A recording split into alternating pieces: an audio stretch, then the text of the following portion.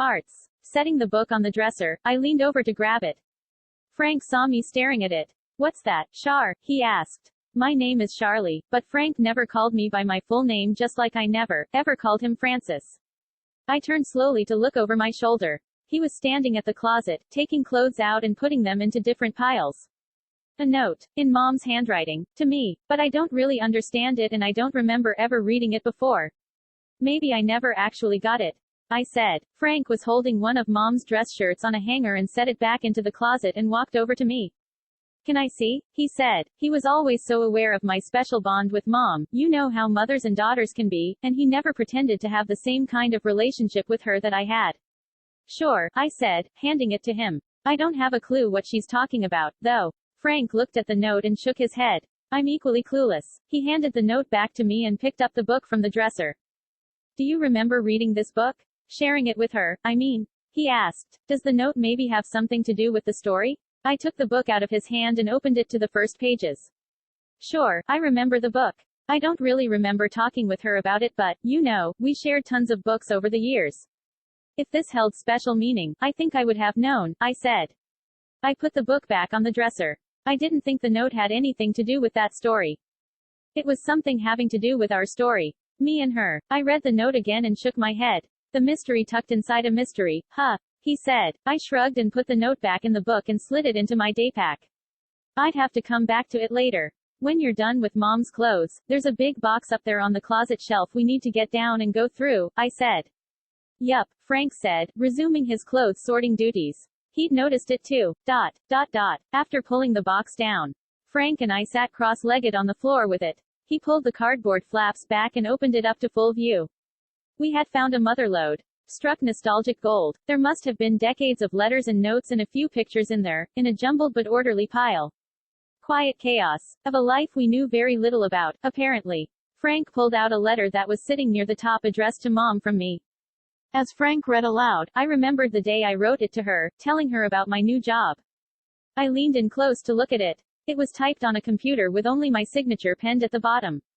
Mom hated the computer, thought it was killing the art of letter writing, a thing she put her heart and soul into. I contemplated the flaws of a handwritten letter, the impatient scribbles, the slashing of T's, frenetic scratching out, all the telltale signs of rethinking a thing.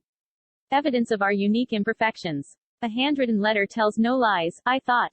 As Frank was putting the letter back in its envelope, I thought out loud. It's art. Mom was making marks on paper the same way I do with my paintbrush on canvas, I said. It's so primal. I know, uncovering these letters is so real. We're archaeologists on a dig, for heck's sake. Her whole legacy is here. This box even smells like her, Frank said. I leaned in for a sniff.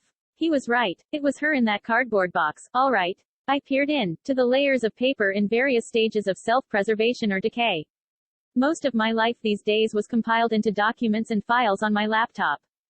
Shorthand texts on my phone. Absent of any specific real person, place or thing. I picked out an envelope from the box with a Paris postmark, from me to Mom from years ago in one of those airy, pale blue Par Avion envelopes.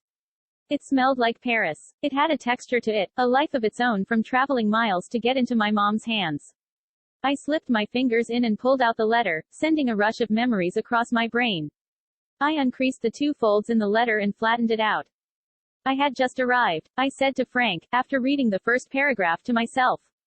I was sharing a room with a writer, this guy named Mark who I met in front of a crepe stand in the French Quarter, I said, enchanted by the memory. I went silent again, reading. Why do you teach? From A Liar's Child. The woman was sitting by the window of the crowded train. She had a medium-sized bottle in her hand with a rolled-up paper inside it. She thought twice and thrice if she should open up the rolled stuff which belonged to someone else, though it somewhat interested her. She was traveling with a happy camp team to a well-known sea site.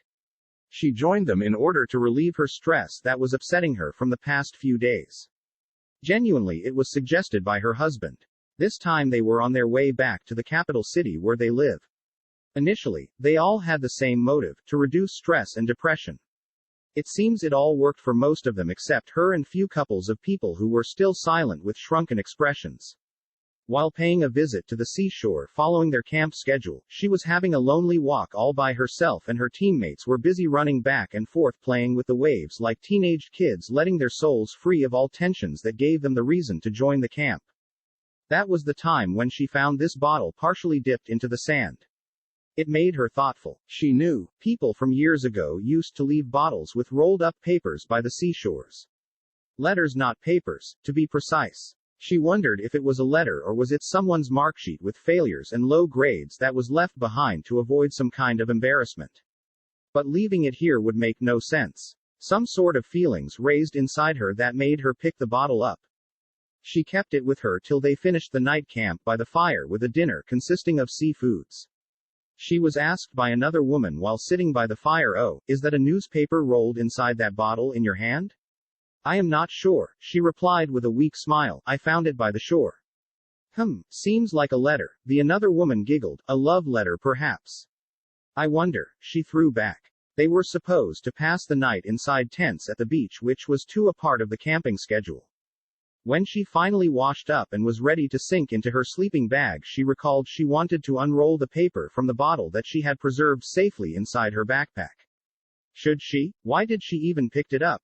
The night passed. Now, sitting in the middle of crowd with the instrumental noise of the train mixed with an old song played inside the train, she wondered if it was the perfect place to pull the paper and unroll it. She kept hesitating. Should she? At length, the woman pulled out the paper and unrolled it as her curiosity was at its limits. It was a letter. "Dear Mother, I hope you are doing fine wherever you are. I am fine too. You will be glad to know that I found a job. They say getting a good job was my luck, as I could not continue attending high school because I had no money. That day I saved a tourist from sinking into the sea who was shoved by the waves and was not a good swimmer. I was able to seek attention from the head of lifeguards who offered me to join the rescue team that was eligible for a student like me. I had to take few strict trainings hoping to see better days than chopping onions at the seaside restaurants. I realized that you lied to me when we had little food and you offered me to eat the whole part, claiming you are strong enough and so you do not get hungry. You lied about buying clothes for me that was actually the cut and sewed portions from your own clothes. You lied that you will pay my school fees soon and it were not a burden to you. You lied that father was not dead and either he will come back himself or he will be sending us money soon. Also, the last time when you asked me to play and wait by the seashore and said you will be back within a couple of minutes, I realized that you lied. Even your beautiful smile that was forced from your side was a beautiful lie. I know it all. Mother, I'm grateful that you lied to me when I was a child and so I lived happily believing you without understanding or feeling the hardships back then. I want to return this favor. Now nothing is like before. We do not need a father either. If you ever find this letter, come back. I will wait by the seashore just like you had asked me to do years ago. Shima." The woman rolled back the letter and pushed it inside the bottle. She decided to get off the train on the next station. She will board on another train, ensuring that it will take her back to the coastal site. She was going to leave the bottle where it was because Shima must be waiting for her mother to receive the letter.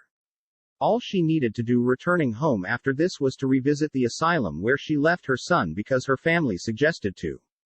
She is going to bring back her son. He must be waiting. She will fight her in-laws and wait for her husband to join her, realizing that every child awaits their parents to protect and love them and they want.